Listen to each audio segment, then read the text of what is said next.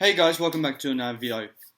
Now, one thing that I want to know is, what the hell is going on with this live-action Spider-Man into Spider-Verse movie that's supposed to happen?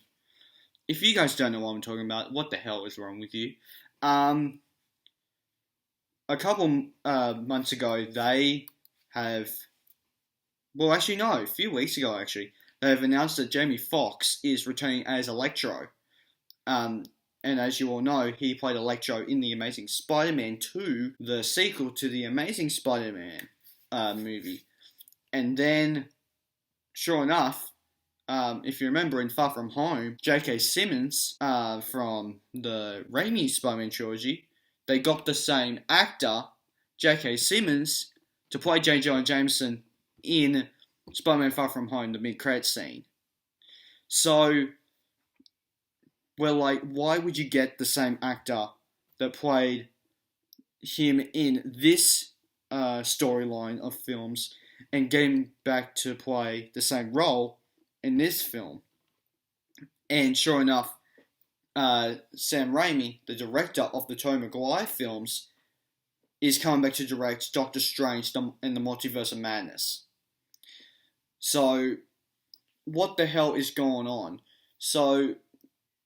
this is, I'm hearing rumours that Tobey Maguire and Andrew Garfield might come back. Even though that Sony heard all the rumours and was like, nothing has been confirmed or announced that they're coming back. So, I know we might get them, but Sony, you need to put them in it. If you put them in it, it's going to be the best Spider-Man film ever made.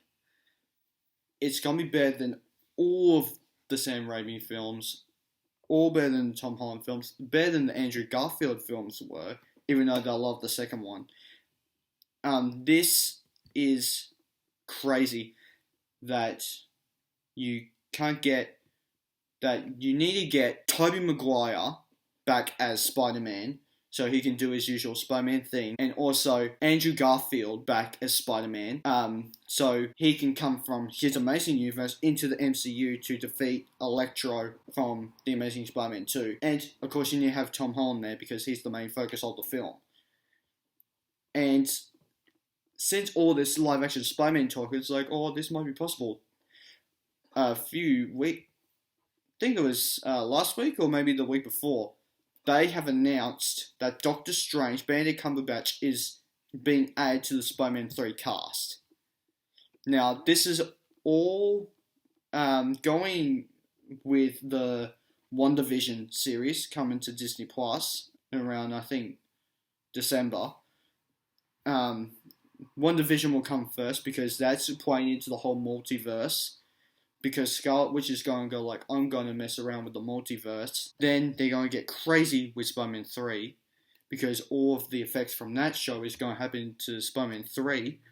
And then Doctor Strange 3, which Scarlet Witch is going to play a big part in, she'll hopefully come into Doctor Strange 2 and fix everything up with Doctor Strange in Doctor Strange and the Multiverse of Madness. So you need to get all of Tobey Maguire, Tom Holland, well, not really Tom Holland needs to be in it no matter what. But you definitely need to bring back Tobey Maguire because you already have J.K. Simmons as J. Jonah Jameson from the Sam Raimi films, and you already have Sam Raimi coming back to do a Doctor Strange film. And since that's happening, you also need to bring back Andrew Garfield because, I don't know, you need him to defeat Electro, Jamie Foxx as Electro. So, come on Sony, do this. Do this for the fans. We need this. This will be the best live-action the best SpiderVerse movie because I love the animated Into the Spider-Verse. But definitely the first half was a bit tiresome, but once it got into the funny stuff. Like, I like the opening, but the whole Miles Morales origin, I was like, this is very new to me, and it's very slow. But once when it gets very fast, it gets more entertaining. So the thing is that you wouldn't need to develop any Spider-Man characters. You would already have Tobey Maguire because he came first. You already developed up Andrew Garfield with his 2 films, and you're already still developing Tom Holland, but Tom Holland is already developed because he got introduced in Captain America Civil War, and it was amazing. And then we got Spider-Man Far From Home, which Robert Downey Jr. as Tony Stark Iron Man was going like, here, this is what the things that you should be doing. Don't do what I would do. Do what you need to do to save the city. And then we go into Infinity War, where him, Iron Man, Doctor Strange go up into space to defeat Thanos with Star-Lord, Drax, and Mantis. And then, sure enough, they all got snapped away, even Spider-Man. That was the big deal that Spider-Man got dusted in Infinity War. Spoilers for Infinity War, I guess. It came out like 2 years ago. And then in Infinity War, the Avengers are trying to bring all of these characters back. And then you already brought Tom Holland back from Titan, where Doctor Strange and the Guardians are all flying in, and sure enough, Spider-Man swings down, lands on the rock, and undoes his mask. So you already have that, and then you see him dealing with Tony Stark's death at the end of Endgame and through Far From Home. So you're already developing his type of, I guess, Uncle Ben relationship. So you don't need any more. But yeah, sure, you're still developing his powers because we only got the Spider Sense. If you really think about it, we only got in Infinity War the bit where his hair on his arm comes up, and he looks at it and he looks out the school bus, and also you had the whole Peter Tingle gag / Spider Sense gag in Far From Home, where at the beginning Aunt May's going like, "Where's your Peter Tingle?" And he's like, "Please stop calling it Tingle, mate." And the whole film, he doesn't have it, which at the end, when Mysterio blacks out that, I guess, outside hallway thing that they're in, and he's like, "Come on, Peter Tingle." And he defeats all of the Mysterio drones. That is what you have for Tom Holland. You don't need to develop anymore, except for trying to dealing with the whole thing of his Peter Tingle and stuff like that. That's the only thing that you need is the Spider Sense. That's the only thing you need to develop. But anything around the character, you don't need to do. So this film will go like, you know what? We had a great arc with Tobey's Spider-Man.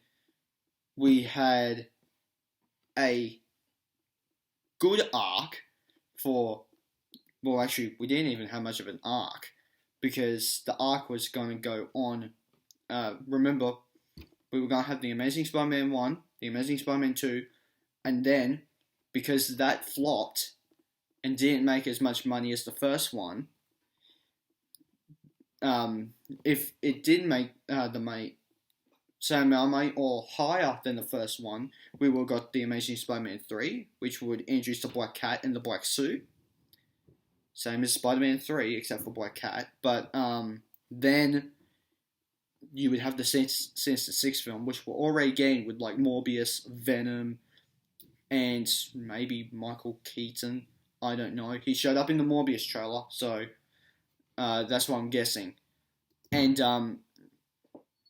but yeah, so you're just developing up these villains that we want to see, and you don't need to develop any of the Spider-Man because you've already developed them in their respective universes. So hopefully hopefully Sony, you can listen to the fans and go like, oh, you know what? They actually have a pretty decent point. Let's do this in Spider-Man 3. Let's do the multiverse. Or we can do have a little teaser thing at the end. And then we can have the full Spider-Verse. And then they can team up with maybe Tom Hardy as Venom. And then they can defeat Morbius and Vulture and Mysterio and Electro and all those guys. And then what you can do as soon as you either do that in Spider-Man 3 or you do it in a 9 separate Spider-Verse movie, you can release... Hear me saying, this is more money. I'm trying to come up with ideas for May for You because I like your Spider-Man movies, except for the first Amazing Spider-Man, but, you can come up with a Spider-Man box set and you can call it the SpiderVerse Saga. So, and then you can release the Tobey films, the Andrew Garfield films, the Tom Holland films. You might need to include some Marvel stuff in there if people are new to this, are new to the Tom Holland, or if they already have the Marvel Universe on DVD, you can just put out those 3. You can just put the 3 Tobey Maguire films, the 2 Andrew Garfields, and then the 3 Tom Hollands. Right? And then, if you're going to do the live-action Spider-Verse in Spider-Man 3, do that. Add to it. Or, if you're going to do the Spider-Verse as a separate film and tease in Spider-Man 3, then you'll have the Tobey films, the Garfield films, and the Holland films, and then you will have the one with all of them. And then you can put that in that box set. So, come on, Sony. It's not that stupid. You guys are smart. You really are. You're not that smart for Spider-Man staying in the MCU, but we forgave you because you actually got him back in there. And now we're to see what you can do with him in the MCU and him crossing over into Morbius and Venom 2 and stuff like that. Right? So, this is what making money is all about, Sony. It's not that difficult. But, yeah, so that is just basically how I would like to see a live-action Spider-Verse film. It doesn't really have to be the same if you guys don't want that film to be exactly the same as my idea. But yeah, so guys, please, let me down below of what you think, and please like the video, and also hit the subscribe button if you haven't already, and also hit the bell icon to get notified of when I post out a new video. And guys, don't forget, I'll see you guys later.